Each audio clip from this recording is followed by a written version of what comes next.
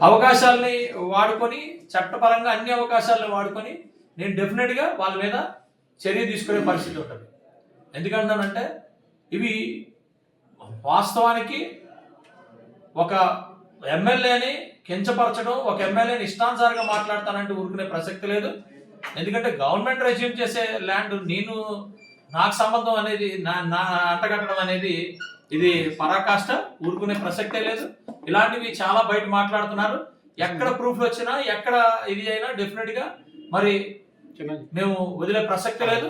డెఫినెట్గా మీరు ఏదన్నా మీ అభిప్రాయాలు ఉంటే మాకు చెప్తే మీ అభిప్రాయాల మీద మేము చేసుకుంటాం, మేము మాట్లాడతాం, డెఫినెట్గా మాట్లాడతాం. మీకు ఏమైనా డౌట్ ఉంటే కూడా చెప్పండి. డౌట్ ఉంటే డెఫినెట్గా నేను ఆ డౌట్ని క్లారిఫై చేస్తాను, డెఫినెట్గా క్లారిఫై చేస్తాను, అందులో డౌటే లేదు.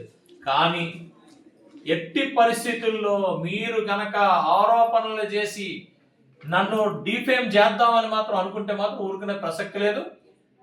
18-20 సంవత్సరాల నుంచి జరగలేని అనేక సమస్యలు, హోల్డ్ అయిపోయిన అనేక సమస్యలు అన్నింటినీ కూడా తీసుకుంటూ ముందుకెళ్తా ఉన్నాం. అన్ని పనులు చేసుకుంటా ముందుకెళ్తున్నాం. అభివృద్ధి, విపరీతమైన అభివృద్ధి చూపిస్తున్నాం ఎర్రమంచిల్లో. అలాగే సంక్షేమ పథకాలు ప్రతి ఒక్కరికి చేరదీస్తున్నాం. ఇంకెక్కడన్నా మిగిలిపోతే వాళ్ళందరినీ కూడా తీసుకొచ్చి ముందుకు చేస్తున్నాం. రాబోయే రోజుల్లో కొత్త పెన్షన్లు కూడా ఇప్పుడు మేము ఇవ్వబోతున్నాం. ఇష్టానుసారంగా ఎలా పడితే అలాగ ఇచ్చేసిన ఈ హౌసింగ్ అంతా కూడా ఊరికే అలాట్ చేసి అవన్నీ కంప్లీట్ చేస్తున్నాం, కంప్లీట్ చేసి వాళ్ళకి ఇస్తున్నాం. అలాగే కొత్త హౌసింగ్ కూడా ఇచ్చే పరిస్థితిలో ఉన్నాం. అన్నీ చేస్తున్నాం. ఇండస్ట్రీస్, కొత్త ఇండస్ట్రీస్ ఎన్ని తీసుకొచ్చాం. రేపు 28ని ఒక కంపెనీ రాంబిల్లిలో కూడా స్టార్ట్ చేస్తున్నాం. అది భూమి పూజ చేయడానికి లోకేష్ గారు వస్తున్నారు.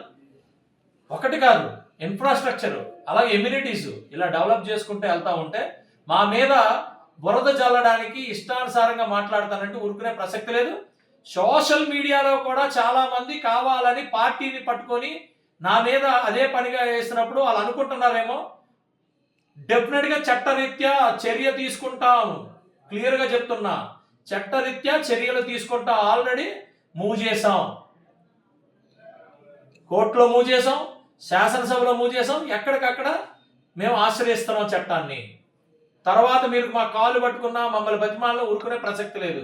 మీకేమైనా సమస్య ఉంటే మాకు చెప్పండి. మేము డెఫినెట్గా మేమైనా తప్పు చేస్తే మేము కరెక్ట్ చేసుకోవడానికి రెడీగా ఉన్నాం. కానీ కేవలం పార్టీ పరంగా అలాగే మీ పర్సనల్ పరంగా మమ్మల్ని ఏమైనా డిఫేమ్ చేస్తే ఎవరిని వదిలే ప్రసక్తి లేదు.